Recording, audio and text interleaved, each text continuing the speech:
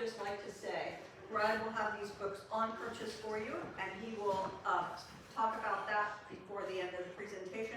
So we just want to give a warm welcome to Brad Huebner today and bringing this Titles of Town to us.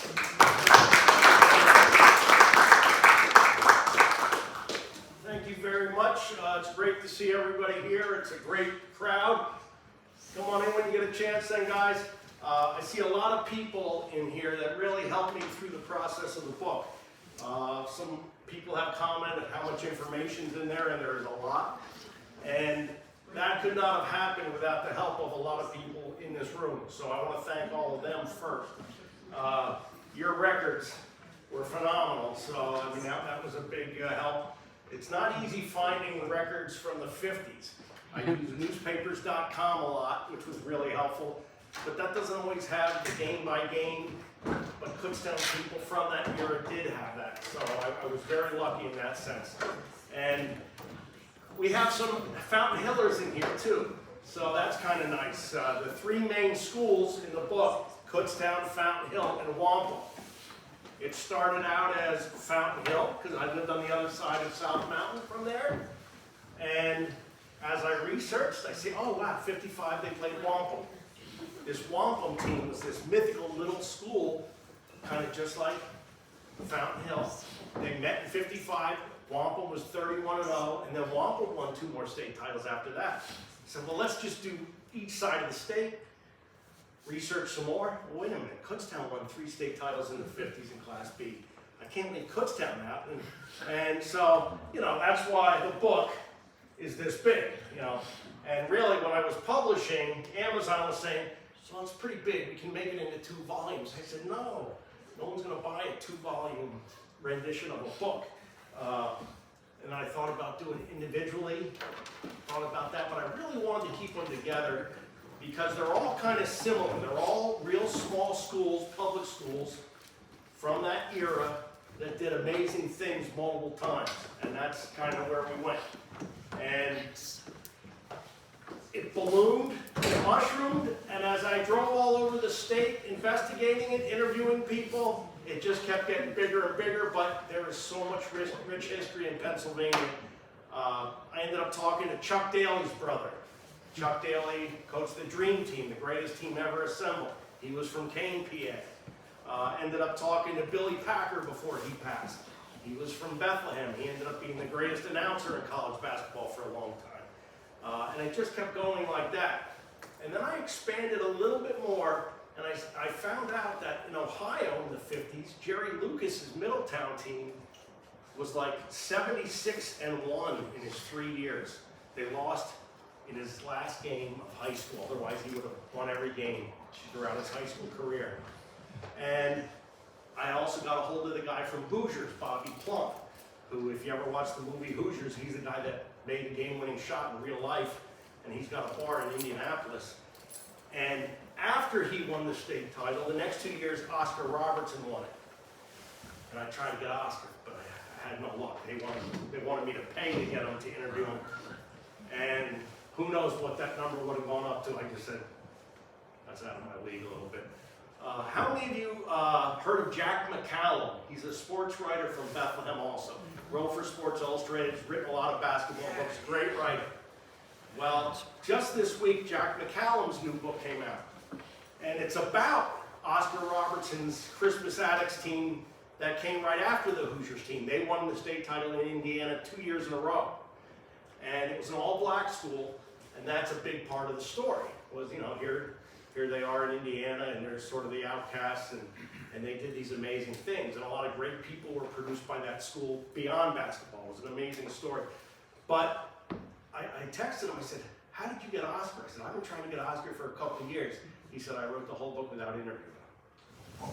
So Oscar wouldn't give it to him either. So if Oscar's not going to let him interview him, he's not going to let me interview him, unfortunately. Because I think Oscar's a good guy generally, but he's pretty private. But I want to show you the PowerPoint that I put together. If you've read the book, this will look familiar. If you haven't, it'll give you a taste for what's in all 3 sections.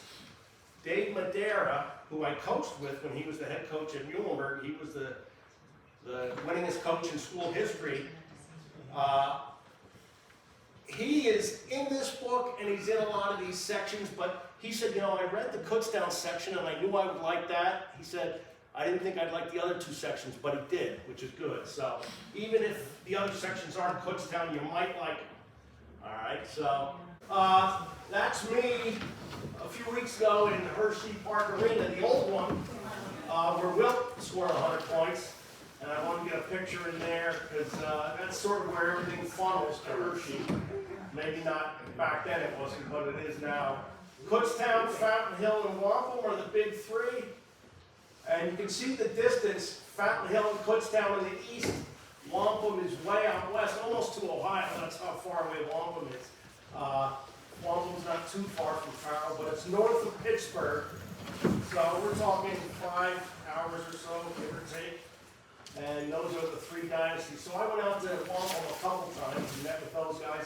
The amazing thing is the Kutztown guys, the Fountain Hill guys, and the Wampum guys all still meet once a month. It's amazing. You know, this is many years later, which I thought was really cool. It's getting harder for all three of them, but they're still trying to stay together.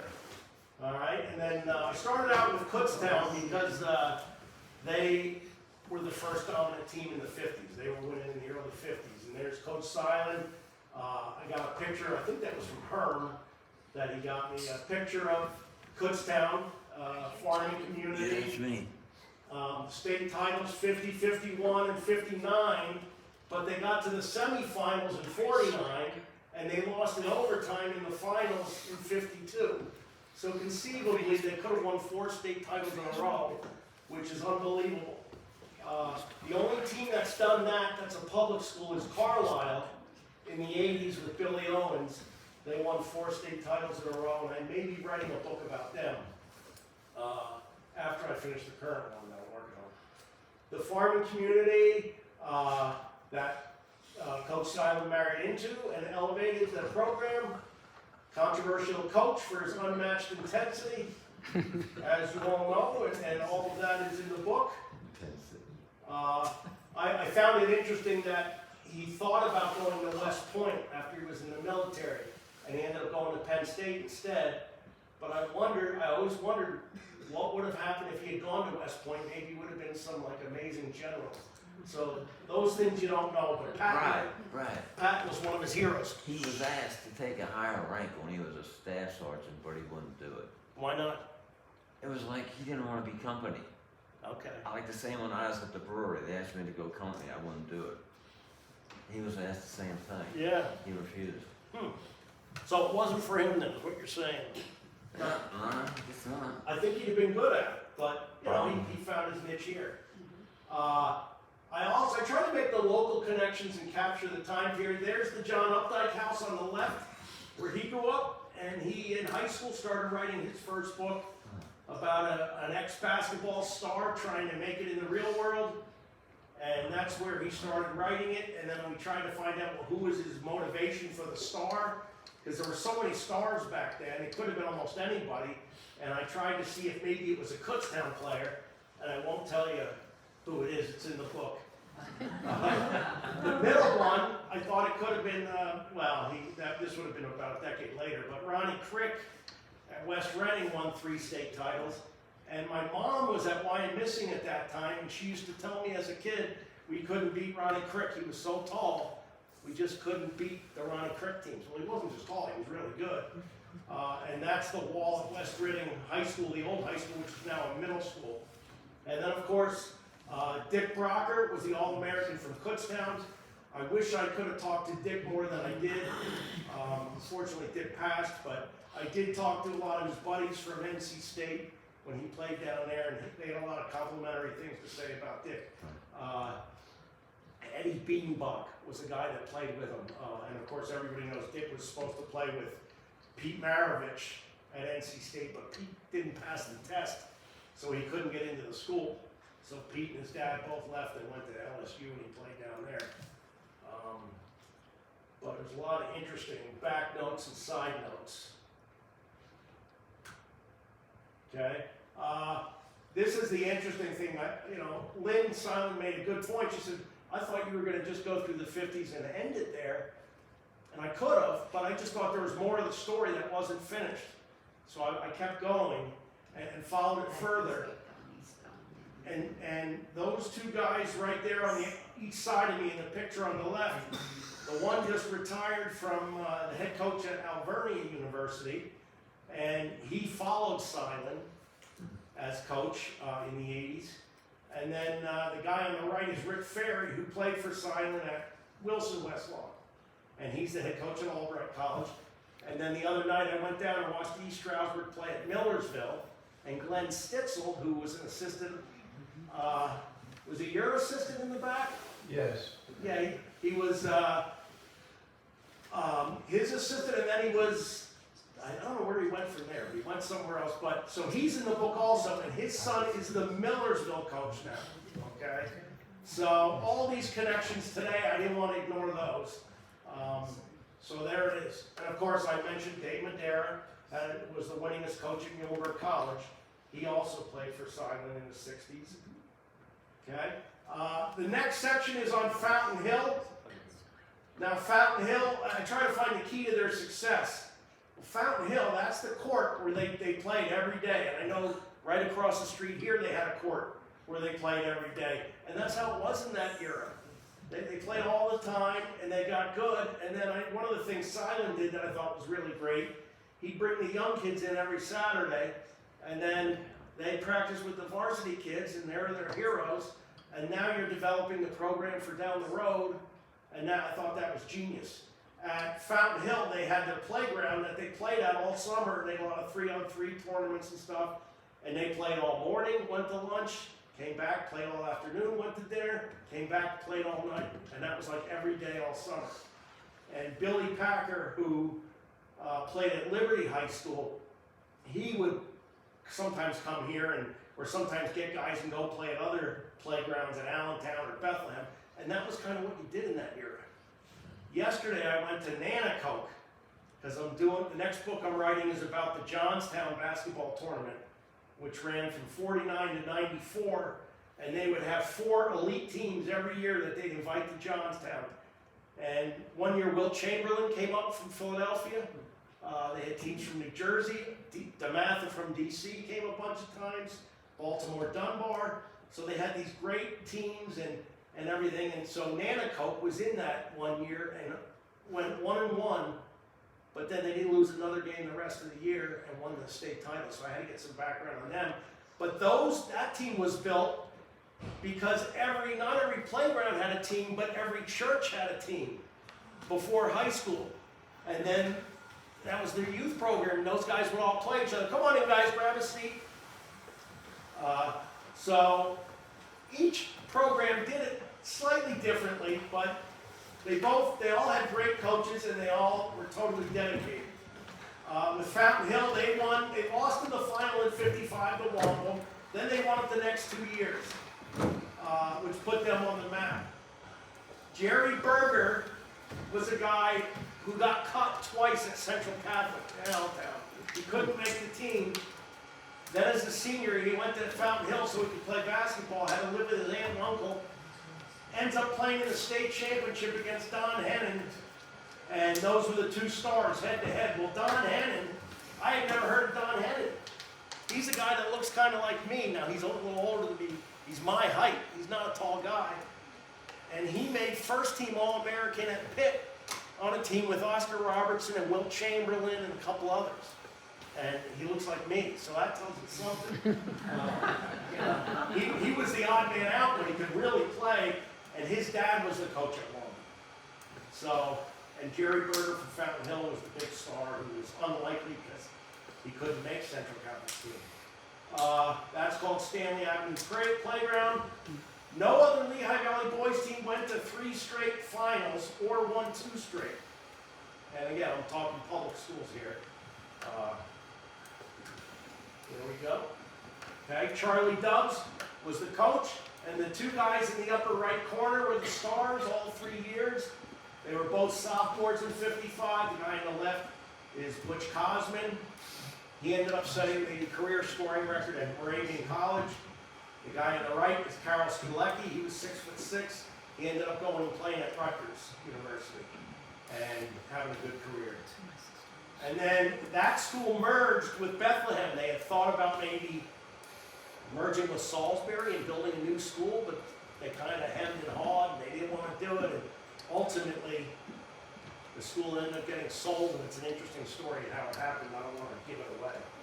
There's a lot of interesting stuff like that.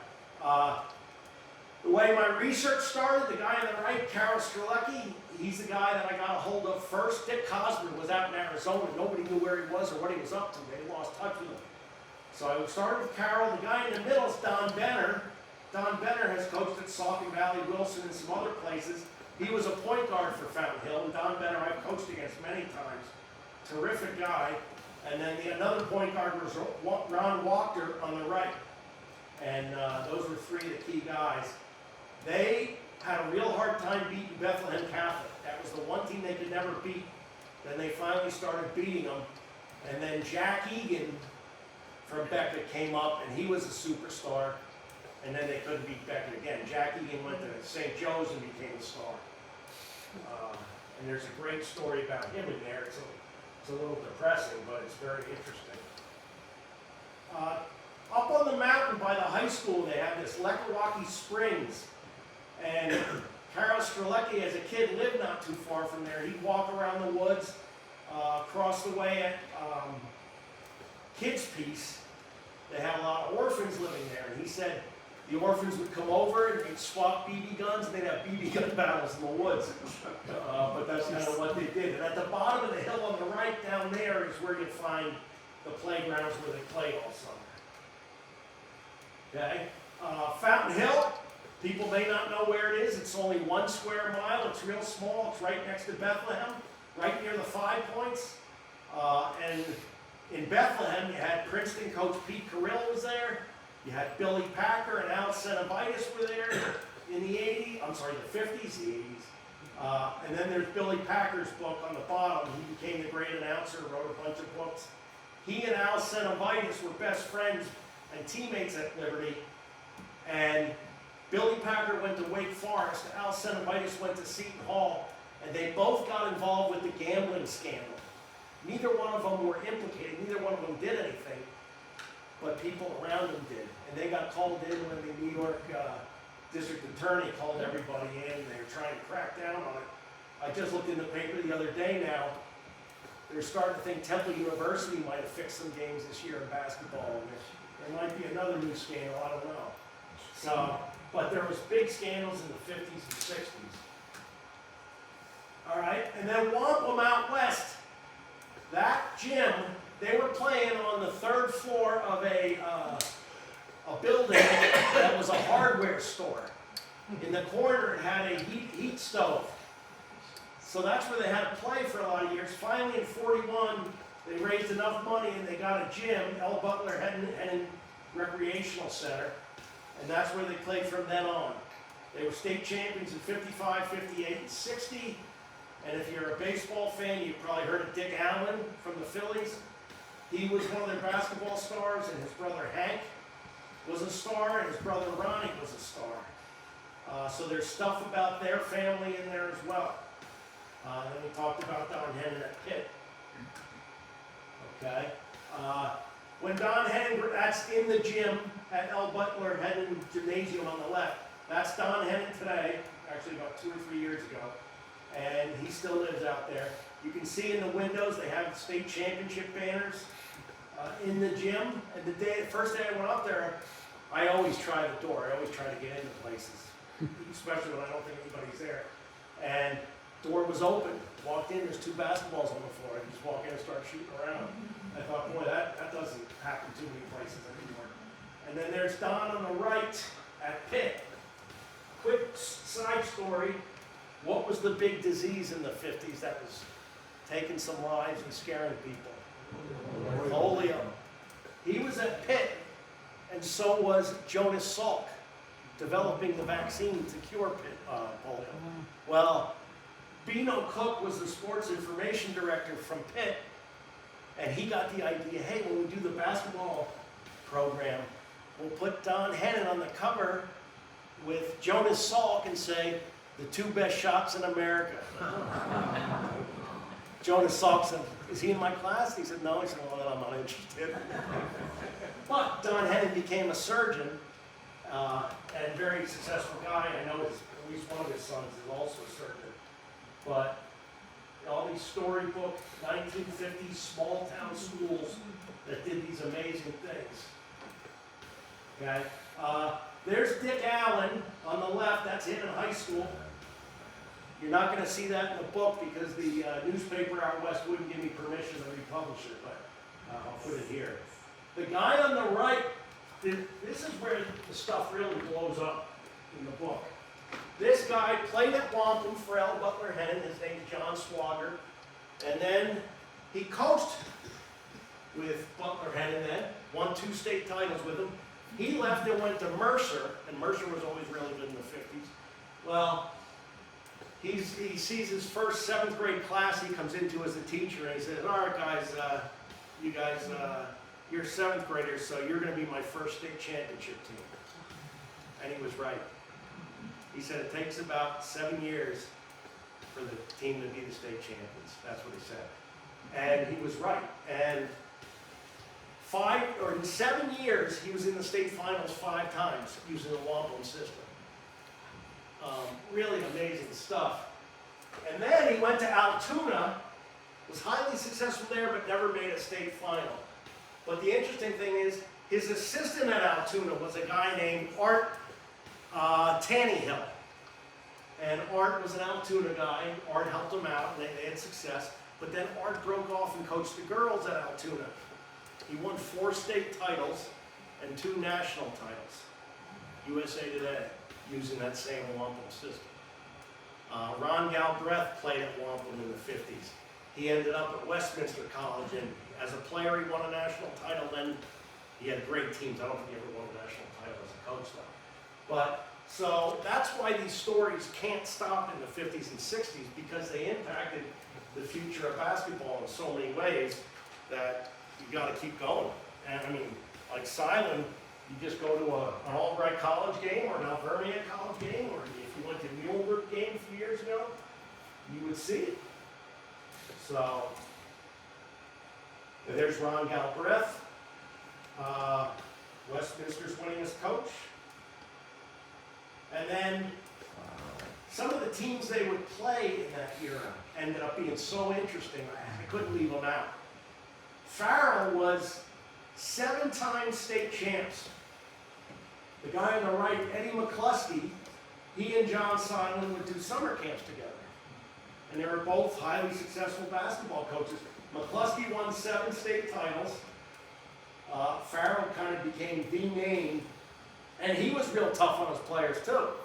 So that's how a lot of coaches were. It was post-World War II and very demanding. And they used to say of him, they would have better players in the stands than in the game. Because he was so demanding, a lot of them wouldn't play for him. But he was so good, they still won state titles. So that was Ed McCluskey. 1951, they lost to Allentown High in the state championship game. And my dad knew a bunch of the guys that played on that team at Allentown High. One other connection I found from that Allentown High program, in the middle 50s, they had a guy named Butch Hefner. Bobby Butch Hefner, anybody know him? He's still around. He ended up being a Major League Baseball pitcher for the Red Sox. But he was an All-American high school basketball player. And when I did my research, one of the first guys inducted into the Kutztown Hall of Fame was Art Hefner. And I think it's a relative, but I'm not positive. So connections like that happen all the time with this research. There's a lot of popular culture. The John Updike book, Rabbit Run, started with basketball. That was Chillington. The middle one, this thing right here, has anybody seen this, either a movie or a play? That championship season. You seen it? Yeah. Which one, the movie? Yeah. That was a long time ago. Yeah. Well, first of all, this won the Pulitzer Prize for fiction. This won the Pulitzer Prize and a Tony Award for Best Play. And it was written by Jason Miller from Scranton. If you've seen the movie The Exorcist, he's the priest. If you've seen the movie Rudy, he plays Eric Parsegian, the football coach. He was from Scranton. That's where I was yesterday. I was trying to get into the gym where he played as a kid to take photos, and I couldn't get in. It was raining and nobody was there.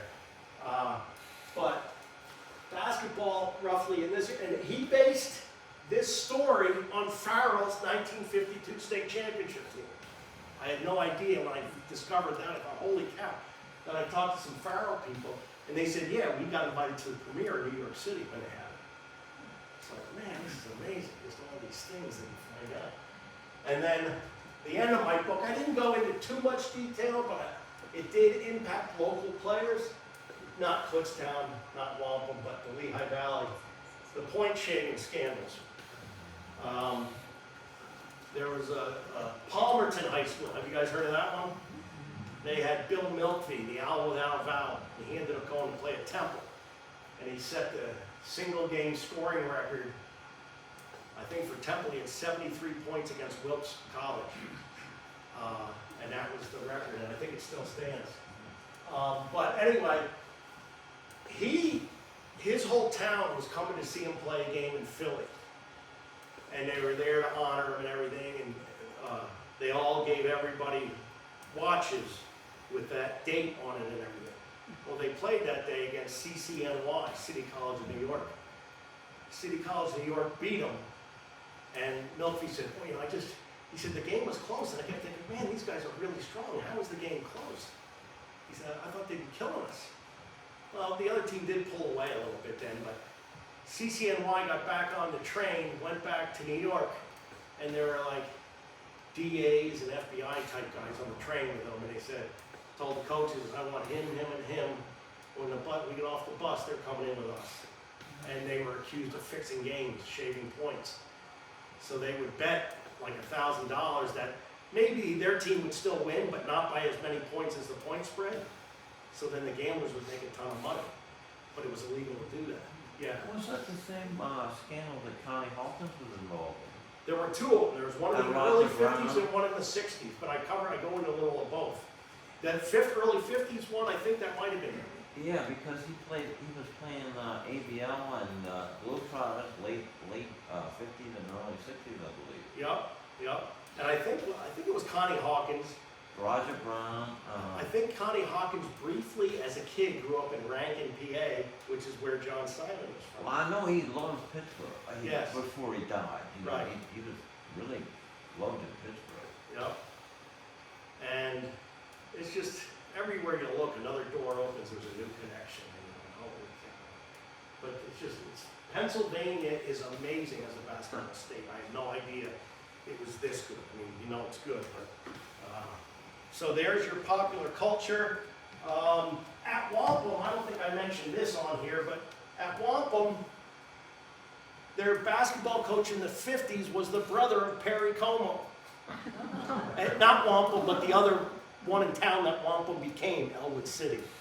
Their football coach was Chuck Knox, who ended up coaching in the NFL at Seattle. And then there was one more. All these famous connections and celebrities.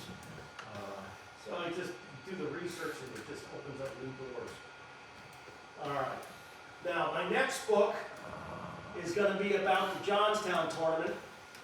Have you seen the movie Slapshot, the hockey movie? That's based on the Johnstown hockey team. It was a comedy, and it was filmed there. Have you seen the movie All the Right Moves with Tom Cruise, 1980s football movie, high school football? That was filmed in Johnstown. So I'll have a little chapter on those. Johnstown also has every year, if you look at the right, look at their baseball stadium. I went to it this year. They have a national baseball tournament that's been going on since like the 40s. And at one time, the bleachers were even higher all the way around. And my dad used to tell me as a kid, he used to say, oh, I played there the first night we played Johnstown, because my dad was from Allentown. And he said, the first night we played Johnstown, there were 15,000 people there. And I used to say, come on, 15,000 at a baseball game. So, if you go to a game, in right field, there's a building right behind right field. And that's where they have all their records, their old programs and everything. And the programs have newspaper articles in them. And I went to it, and there's my dad's name, and there's the headline, 15,000 see Johnstown beat Allentown. I guess he was right. I guess he was right. But so that's really neat. Ken Griffey Sr. played there. Joe Torre.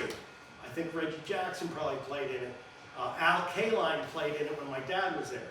So there were a lot of great major leaguers who played in that and then went on from there. This is where they had their basketball tournament every year too, War Memorial Arena where the hockey team plays. And that's sat about 4,500 people. And that was they call it the first, Pennsylvania, or no, the nation's first, Pennsylvania's first and the nation's best tournament. That's how they used to, market that. And like I said, with them bringing all these great teams, Rasheed Wallace from Philadelphia, Muggsy Bogues was on that Baltimore Dunbar team, David Wingate. So there's all these great players. So that's the next one. And when I went up there, I used to hear that they would have these posters and they'd hang them in the hallways every year at the tournament of the past great players, maybe who made the pros or were MVP. And they couldn't find them, and they thought they might have lost them. Finally, I said, is that them in that stack over there? And some upstairs room where the ceiling goes like this. And there they were. Not all of them, but a bunch of them. Wilt Chamberlain, we played at Overbrook. Okay? And we always talk about connections. Chamberlain's team went out to Faro first. They were going to play Faro. And it went down to the wire, and this game is on YouTube if you want to watch it. Black and white and grainy, but you can still see it. Went down to the wire, and Chamberlain had a chance to try to win it, and the guards couldn't get on the ball. Farrell ended up beating them by 1. And it was a huge game. Well, they were supposed to go right from that to the Johnstown tournament, but the Philadelphia school system said, we don't want to play 3 days in a row, that's too much. So they had to dump the third team, Meadville, and just have Overbrook play McKeesport. And that game went down to the wire. McKeesport was winning the whole game. They started missing some free throws. Chamberlain actually was making his free throws at the end, and Overbrook came back and beat him. So in the span of a couple days, Farrell and McKeesport almost beat Overbrook 2 straight games, and they said you couldn't beat Chamberlain. Pennsylvania almost had 2 teams do it back to back. Now, doing the research on McKeesport, they sent a ton of guys to colleges too. They said if their coach just picked up the phone and called the coach at Wichita State and said, hey, this guy's good, they didn't need to see him, they just sent him out and now he's on the team. His word was that good. And the guy that I talked to for that was Lanny Van Eman, who played at Wichita State for Ralph Miller. Then he went and coached with him there and then went and coached with him at Iowa. But Lanny Van Eman ended up coaching as an assistant with the Celtics when they had Bird, Parrish, and McHale and all those guys. So, amazing guy. And then that led me to find out, for this story also, Sonny Vaccaro. Who knows who that is? Anybody see the movie Air? Movie Air was just, Matt Damon was in it, Ben Affleck. Ben Affleck played Phil Knight, the Knight owner. Matt Damon played Sonny Vaccaro, the guy who landed Jordan to go with Nike, and they gave him a huge contract. And it totally saved Nike's basketball sneakers. Sonny Vaccaro was from Trafford, right near Pittsburgh. And I'll tell you this quick story, I don't know how we're doing, but so his buddy and him, they grew up poor. He rented the house next to his buddy's house, and there were a ton of kids, didn't have a lot of money, but had big dreams. Well, his buddy wanted to be a music promoter. Pat DeCesare was his name, DeCesare. And he was trying to push all these bands, and he heard this band. And someone said, you're not going to believe how good this band is. Then he heard it, and he said, oh, we got to bring them to Pittsburgh. He said, I don't know if you're going to be able to do that. He said, no, I think they're really, really good. So he talked to his dad, and he said, I really want to bring this team, but they want me to pay $5,000, which was a ton of money back then. They want me to pay $5,000, take it to New York, hand it to a guy in a bar in a paper bag, and he would try to get a hold of this band in England and bring them over. So he's like, I don't have $5,000. He tells his dad the story over dinner, and his dad says, well, let me think about it. Next night at dinner, his dad pushes him $5,000. Says, Dad, what do you do? We can't afford this. He said, we don't have this kind of money. He said, well, do you believe in this band? He said, yeah. So you go do it. You do your dream. And they were able to bring the band over, and they got them in the Pittsburgh Civic Center in '64, I think it was, the Beatles. Sold the place out. Pat got $8,000 back. So he was able to pay his dad the $5,000 and then have some extra money. And then his career took off. Then Sonny Vaccaro, we'll find out, went down to see a game at DeMatha where they were playing Lou Alcindor and Power Memorial. And after the game, they had a reception at DeMatha. And he finally sees he wanted to do this National All-Star where they did the Pennsylvania All-Stars against the rest of the nation's All-Stars. And that game, Lou Alcindor, Kareem Abdul-Jabbar was playing for Power Memorial. He tried to get him in the game, but he didn't really commit. So then he asked his coach, he said, you can be the first national coach. He didn't really commit. But Morgan Wooten, the DeMatha coach, who's in the Hall of Fame, said, I'd like to be the first coach. So they did. They brought 3 DeMatha guys up. They had their first game ever. Guess where they held it? The Pittsburgh Civic Center, because his buddy had that success with the Beatles. And they had it there, and then it ended up becoming the Dapper Dan Round Ball Classic. And that was all started by Sonny Vaccaro. Then eventually something else started called the McDonald's All-Americans. But he was the first one to do that. Okay? And I don't want to give you too much of the book, but one of the guys who started the Johnstown tournament, I found out this the other day, has the highest score ever in the Masters. He played in the Masters golf tournament. And he won like an amateur thing, and more amateurs could get in then, so he went, and he had a horrible round. Just awful. But he was the guy who, and a couple other guys got the brain trust for that. So now I'm going to try to have that ready for next year. I'm still working on that, still got plenty to do for that. I have books up here if anybody hasn't bought one yet. Soft cover 20, hard cover is 30. And then I think that's it, yeah. And that's it. But, so that kind of gives you an overview. I didn't give everything away, but I think I told you enough that you know what's in each section, some of it. There's still way more than what I said, so that's just a part of it. But I want to take some questions or comments. You guys might have some stories I haven't heard about Kutztown or something else. Anybody else have anything that, questions that they have? Huh? The Turk? What did you say? I said to him, he's got to have a story. He said, bygones are bygones. Okay. I can remember going to a Reading Phillies baseball game when I was about 3 or 4 years old. And we left my dad and Coach Turk and I, and we're walking out, just going to the car. All of a sudden the ball comes flying over, and my dad said, walk over and get the ball. So, me and Double Country bunking, I'm just walking to the ball. And all of a sudden a pack of kids came scrambling. He ran and got the ball for me and gave it to me. That's cool. Yeah. Was your nickname Smoke at that time or not? Oh, yeah. Okay. Yeah, he was in high school. Since I was 7 years old. Okay. That's pretty cool. Yeah. Who else? Any other questions or comments? Mind give anything? Go ahead. Well, there's a lot of interesting facts sitting right here. How many of you actually played for Kutztown High School? Played basketball? And how many of you actually coached for Kutztown High School? And how many of you remember I was a cheerleader for Kutztown? I remember. There was 8 years that have been big fans of Kutztown throughout their entire career. And in part, John Simon brought that to their era, and it carried over into my generation too, and I'm so thankful for that. So, from what your father contributed, and the coaches sitting behind, Yeah, Coach actually, Young over there. coach, and coach, Young. all coaches, I appreciate everything that you brought to Kutztown as well, so thank you so much.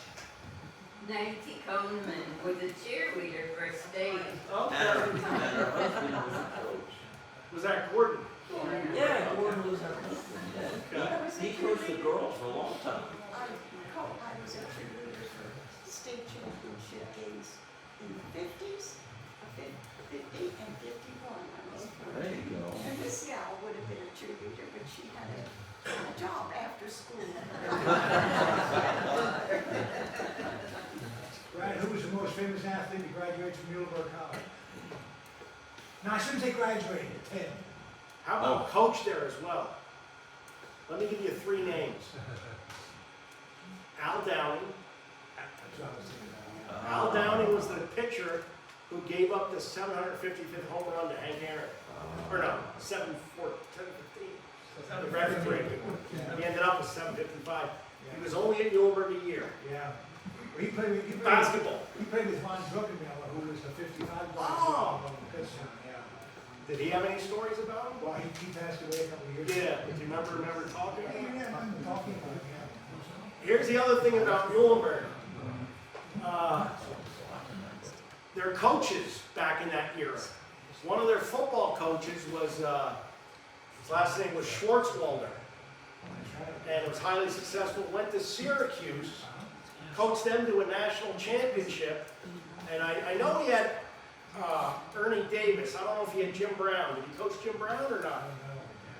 don't know. Okay, but he highly successful. Yeah. Their basketball coach, he did coach Jim Brown. Okay, that's pretty impressive. Jim Brown and Ernie Banks, 2 of the greatest runners ever. Ernie Davis, yeah. I'll get to Ernie Banks in a minute. No, that's another thing. But the basketball coach at Muhlenberg, there was a guy from the coal region. His name was Alvin Doggy Julian. And he was the head coach at Muhlenberg. Went to Holy Cross, won a national championship there with Bob Cousy as his point guard. So when I think of Muhlenberg, I always think of those 3. I'm sure there's a lot of others, Yeah. but those are the ones I think of. Lee Coker, Ron Lochner. Ron who? Lochner, who was in Muhlenberg as the girls' soccer or boys' soccer coach. Oh yeah, well, they had great state, unbelievable soccer teams. The guy, in fact, when I was coaching there, the guy that was the assistant at that time, he's been the head coach now for like 20-some years. Yeah, they've been really good. Go ahead. Just wanted to say, my wife's uncle, Bob Martin, was Al Downing's roommate at Muhlenberg. No way. And which was no small thing, because back then, Yeah.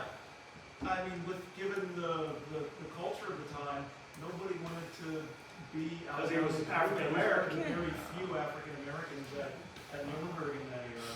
And what, he had trouble academically, or why didn't he Yeah, stay? he wasn't the best student. Yeah. Bob said. Yeah.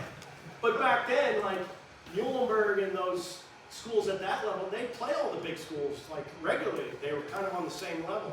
The guy that was one of the stars on Allen's state championship team in '51 went to NC State. The rumor was he got homesick. I don't know what, and came back, enrolled at Gettysburg, and Bill Snyder ended up being their all-time leading scorer. So, I mean, just, you have all these things, but imagine if he would have gone to New Orleans, but he went to Gettysburg and they ended up playing all the big teams and doing well too. So you just don't know. You mentioned, or I mentioned Ernie Banks. I could go connections all day with this. Talking to the Wampum guys, they used to say Dick Allen, that was his favorite player, Ernie Banks, and they had the Negro Leagues in Pittsburgh and Homewood and some other areas. And they'd go watch Josh Gibson and those guys play, who was the big Negro League slugger. Well, as I'm researching for my next book, Shenley from Pittsburgh was a basketball power, and they were in the Johnstown tournament, and they won state titles and everything. And they had a guy on their team, his name was Petey Gibson. And just off the cuff, I said, Petey, you any relation to Josh Gibson? He said, yes, my grandfather. So Petey's out in Albuquerque, so anytime I see something online with Josh Gibson, I send it to him, just so he has it. Yeah. Here's a fact about Kutztown High School basketball that not a whole lot of people know. In 1965, two of the starters in the Kutztown High team were Don Seckler and Dick Rocker. They were both drafted by the NBA. I've done a lot of research on this with Mike Drago, who was an Eagle writer, and he cannot find any other high school in Berks County Right. ever had two starters at the same time on a high school team, both drafted into the NBA, or neither one went into the NBA, but they were both drafted Right. by the NBA. I know Seckler was a 12th round draft pick. Portland. And that's in the book that he said he was the last guy cut. He almost made it. They had 6 no cuts. That year they had 6 no cuts, so they couldn't take him, so they sent him to Europe. Okay, But he didn't like it. He was in France. He didn't like it. right. That's what I remember. Yeah. Huh. I think what's interesting, that picture in the 50, I was at the 52 game when they lost to Rockefeller to Alabama. Yeah. And then the overtime, that the two players that they lost to both played in the NBA. Went to Duke and played in the NBA. Yeah, Ronnie Meyer and Tobin, it was Tobin and Bear. Yeah. And one of them ended up being Duke's player of the decade for the 1950s. He was that good, he went to Duke. And so many of the guys that were great in Pennsylvania went to Duke, North Carolina, Maryland, Wake Forest. That was common. You don't see that as much out of Pennsylvania, like suburban schools, like you did back then. That's why I call them the golden age too, because they've just such an impact on everything. McKeesport had a guy that ended up going to Duke too. That was really good, and he ended up becoming friends with Chamberlain.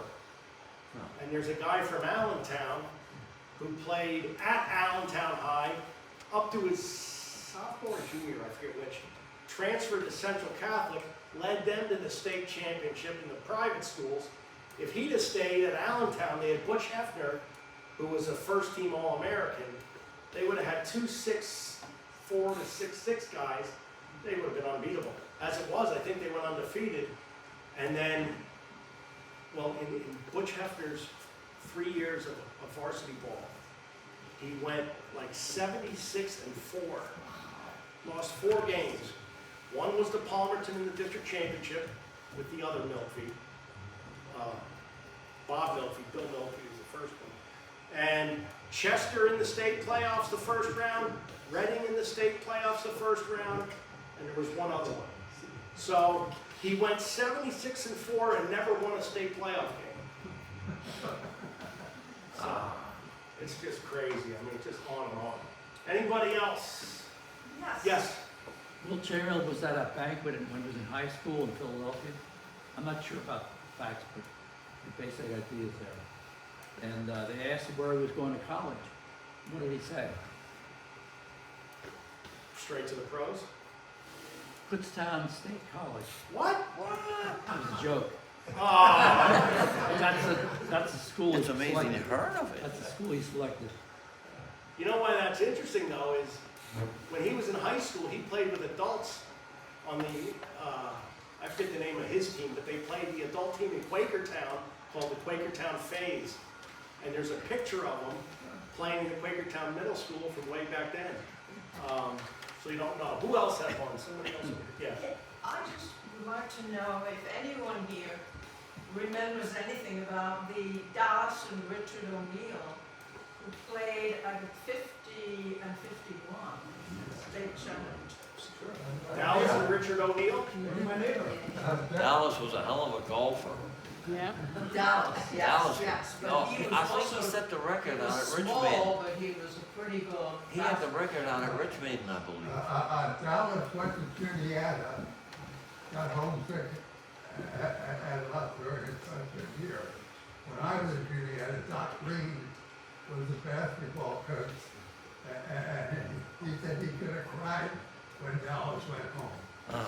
Doc had been a blocking back at Pitt for Marshall What's his last name? Green, Green.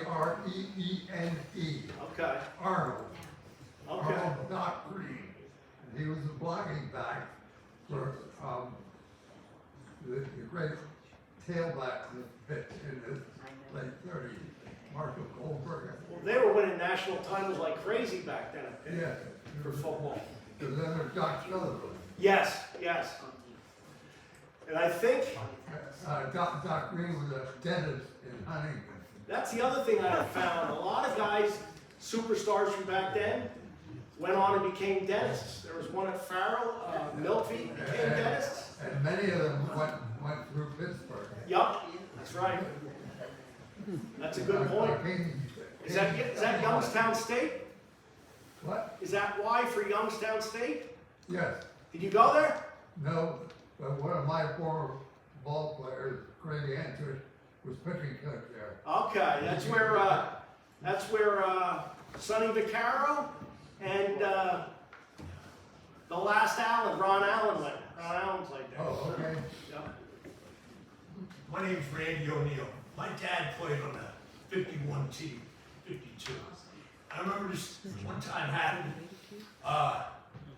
Me and my uncle were talking. I was bragging. I said, "Yeah, I just had 22 points on Stu Jackson." He said, "Did you win?" I said, "No, we lost." He said, "How many Stu had?" They had 32. Next thing you know, Easy Eddie Howe walks in the door. He was the mailman. So now we got my dad, my uncle Carl Wookter, and Easy Eddie Howe. And Dallas, you want to hear a story about Reading? The next thing you know, the four of them look up, and they're all smiling. He said in 51, Reading High came in here. We blew them out 86 to 50. They would never scrimmage us again. Is that right? I don't know if it's true. How did I know I don't know if it's true. And I was told that in 73. And I never forgot that because I always hear I'm from Reading. So I always hear all this bragging about Reading, and I always thought about that. Did you know Coach Carrill? Did you know Pete I didn't Carrill at all? recognize it. Did you know Pete Carrill at all when he was there? No. I know about him. Yeah. Yeah, I mean, there's so many stories, so many connections like that. Carl used to come to our house all the time. Yeah, well, and Presparovich would come to your house. Yeah, I shot hoops with him in the backyard. I wish I would have known more of the stories between those coaches, but He kicked my they're ass. gone. So, I mean, there's only so much you can get, but it's just a fascinating time.